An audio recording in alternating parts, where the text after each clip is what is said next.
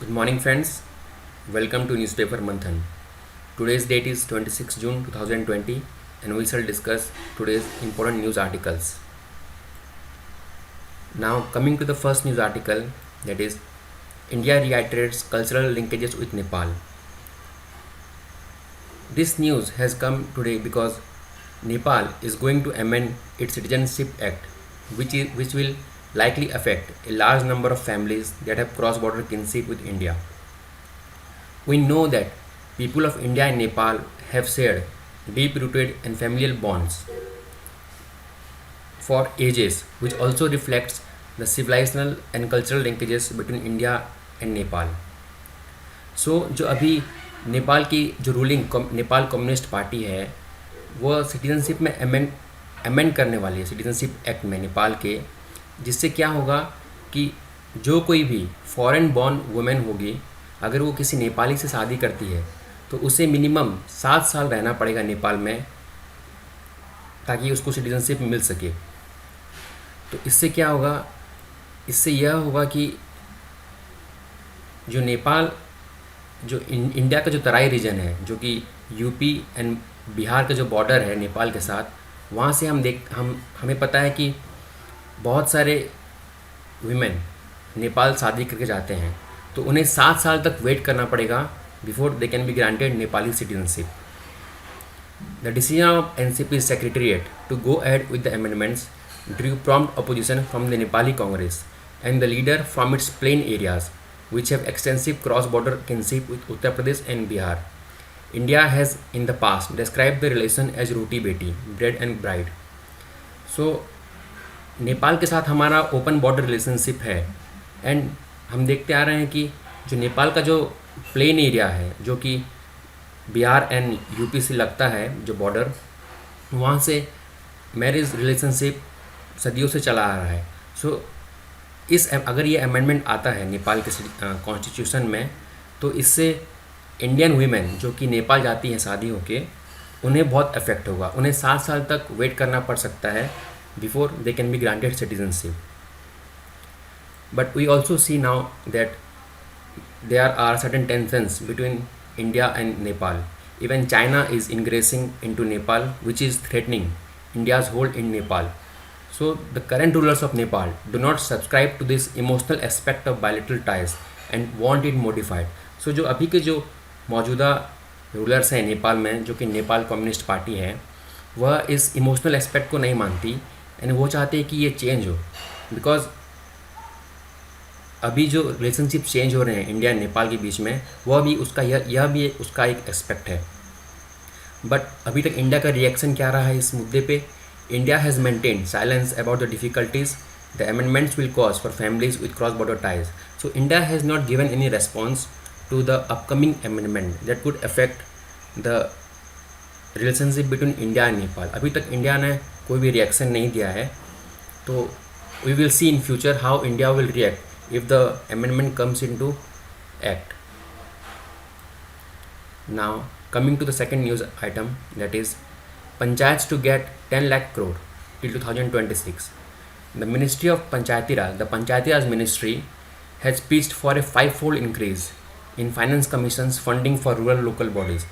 So this article is primarily important from main's point of view, that is the role of self-help governments or the role of local bodies in governing the rural India.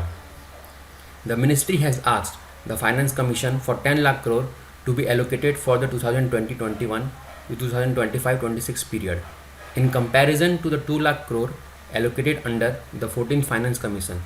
So जो 14th Finance Commission था उसने 2 लाख करोड़ दिए थे rural bodies को, पंचायत को।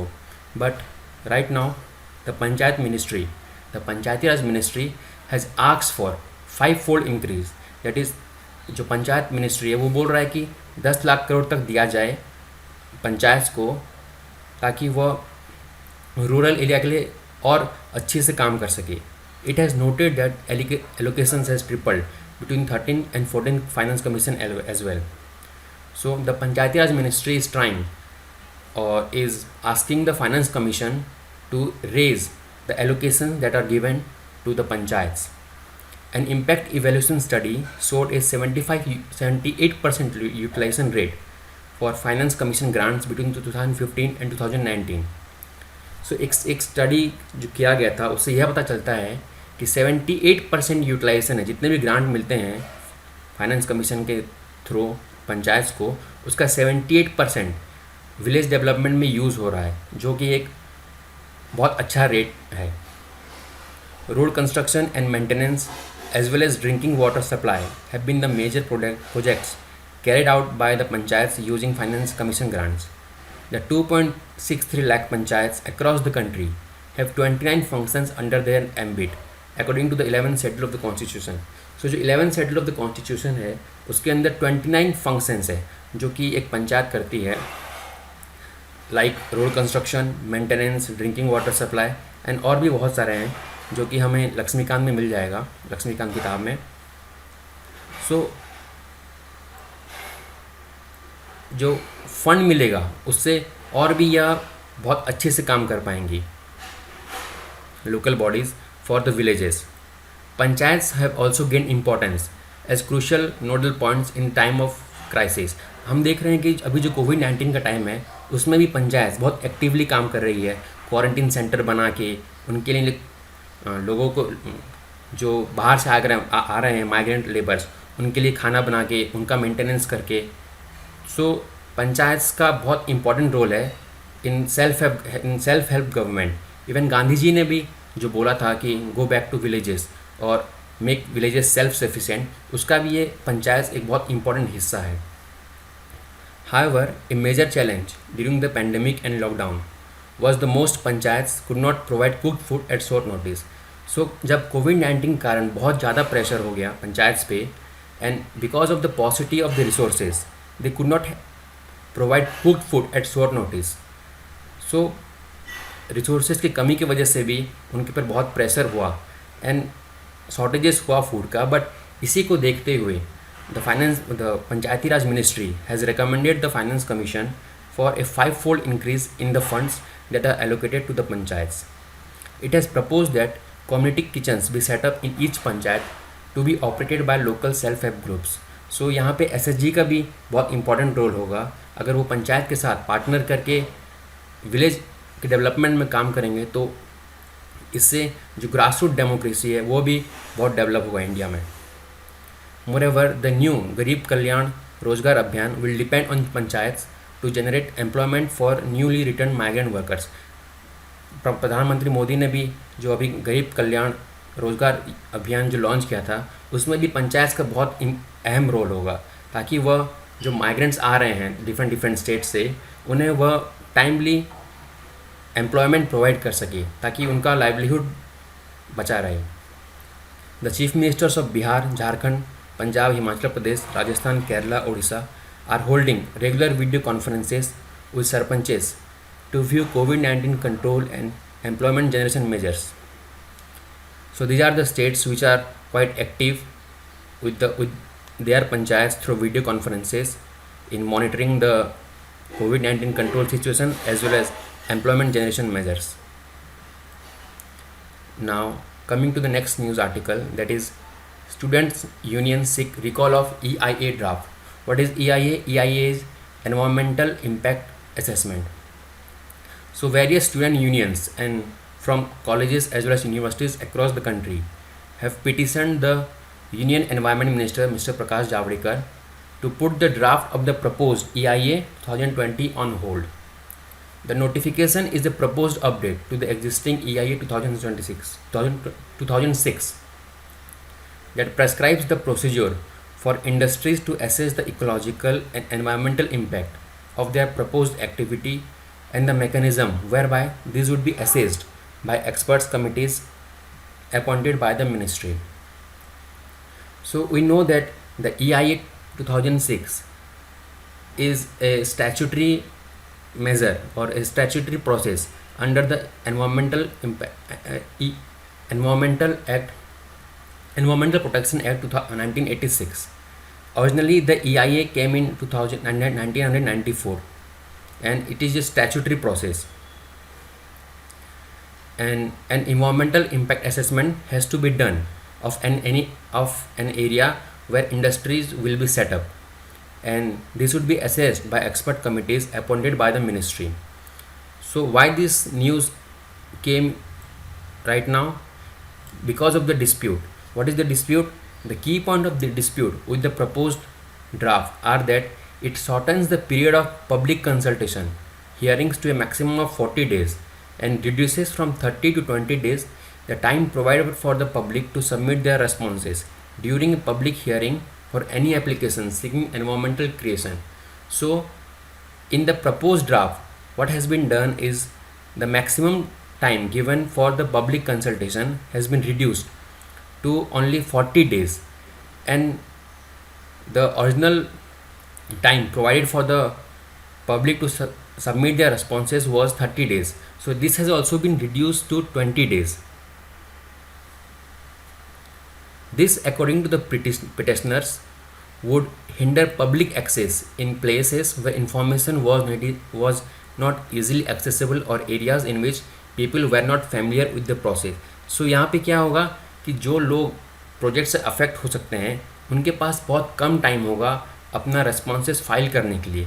So this is one of the contentious point in the proposed draft. Crucially, the draft also institutionalizes violation projects.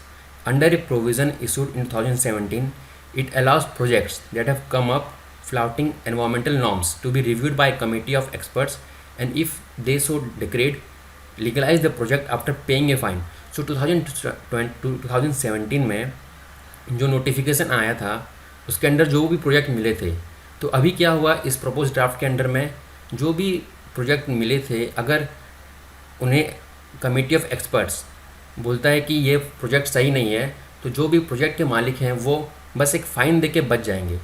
सो उनका project ना ही रद्द होगा और ना ही अंडर रिव्यू होगा, बस उन्हें बस एक फ़ाइन देना पड़ेगा. This several environmentalist have argued is seriously contrarian to several established principles of environmental law. So this is also a very contentious provision in the proposed draft for which the student unions have raised their voice. Now coming to the next news article, FATF report flags wildlife trade.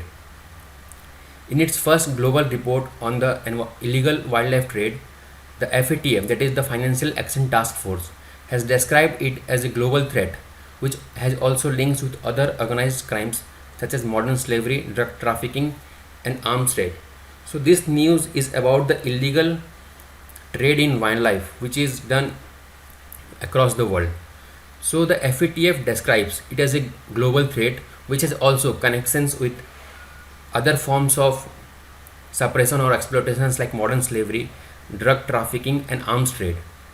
That illegal trade, according to FATF, generates revenue of up to 23 billion per year. Now, what is the name of the report? The title of the report is Money Laundering and the Illegal Wildlife Trade.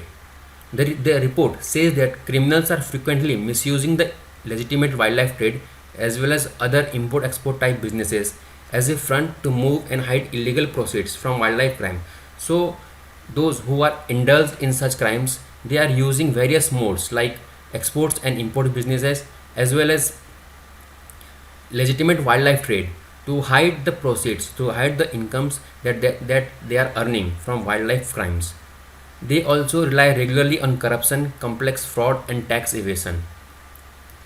The study has highlighted the growing role of online marketplaces and mobile and social media based payments to facilitate movements of proceeds. So online marketplaces as well as mobile and social media based payments like payment apps which are coming up nowadays, these apps are also being utilized or used to move the income or to move the money that is generated out of this illegal wildlife trade. The FATF found that jurisdictions often did not have the required knowledge, legislative basis and resources to assess and combat the threat posed by funds generated through the trade. The report noted that in 2012, India amended the Prevention of Money Laundering Act, removing a value threshold of Rs 30 lakh and above. So, India ने इसे रोकने के लिए 2012 में एक amendment किया था PMLA act में, जिससे कि 30 लाख एंड एवोव, जो कि पहले एप्लीकेबल था, अभी कोई भी इलीगल ट्रेड हो उसे मॉनिटर किया जाएगा. सो India has taken a good step in the direction. So now coming to what is FATF, which is mainly important from Prelims point of view. FATF, that is Financial Action Task Force, is an intergovernmental body, and what does it does? It acts as a global money laundering and terrorist financial watchdog. It was founded in 1989 at the initiative of G7 countries. It ensures a global response to prevent organized crime, corruption, and terrorism. So these are the three important things that the organization does. It also works to stop funding for weapons of mass destruction. So this is also one of the important work that the organization undertakes. It has 39 members, if you can see here, and India is also one among them. It has its headquarters in Paris. So these are the important points from prelims point of view regarding FATF. Now coming to the next news article, that is ozone pollution seeks a spike report. So the Center for Science and Environmental, which is headed by environmentalist Sunita Narayan, this organization has published a report which says that during this time of COVID pandemic, where industries were shut, even transportation was not at the level before the pandemic, pollution has decreased, but ozone has increased in several cities. Ozone is primarily a sunny weather problem in India. So mainly during the summer season, ozone spikes mainly in metro cities, which remains highly variable during the year. Ozone is a highly reactive gas. Even short-term exposure of an hour is dangerous for those with respiratory conditions and asthma. So ozone, we know that ozone is a GHG, that is greenhouse gas. It's a very highly reactive gas. That means it remains present in the atmosphere for a very long time, and it can cause various health disorders like respiratory conditions and asthma. So what the organization did was it checked for an 8-hour average for ozone instead of 24-hour average that is calculated for other pollutants. The analysis was based on CPCB data from 22 cities in 15 states in lockdown days considered from March 25 to May 31. So this was the time period during which they calculated the amount of ozone in the atmosphere. It emerged that more than 2/3 of the lockdown days in Delhi NCR cities and Ahmedabad had at least one observation station that exceeded the standard. So even during the lockdown period, when pollution was low in metro cities because of the shutting down of industries as well as shutting down of public transport, other pollutants decreased, but ozone increased, or ozone was at a higher level in metro cities.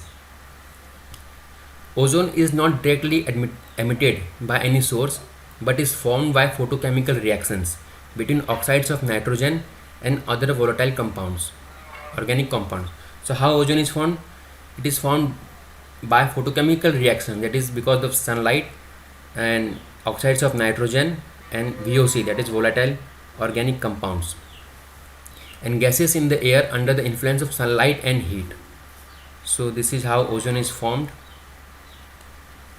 It can be curtailed only if gases from all the sources are controlled. This pandemic, so what this says about metro pollution in metro cities mainly. If you read in news, pollution during winter is usually high in metro cities, especially it becomes a very unbearable thing in Delhi NCR because of uh, burning of remaining of agriculture in states like Haryana and Punjab. But this article shows that even in summer days when things are not usual, ozone can increase. This pandemic led change in air quality has helped us understand summer pollution. So if you see, the increase in ozone during abnormal times points to the increase in summer pollution. Normally, everywhere, winter pollution is what draws our attention. We always see this in news about the increase in pollution in Delhi NCR. The characteristics of summer pollution are different. There are high winds, intermittent rains, thunderstorms, and high temperature and heat waves, which is usually not found during the winter days where we see pollution related to gases like SO2. These are the important points which can be important from environmental point of view. Thank you.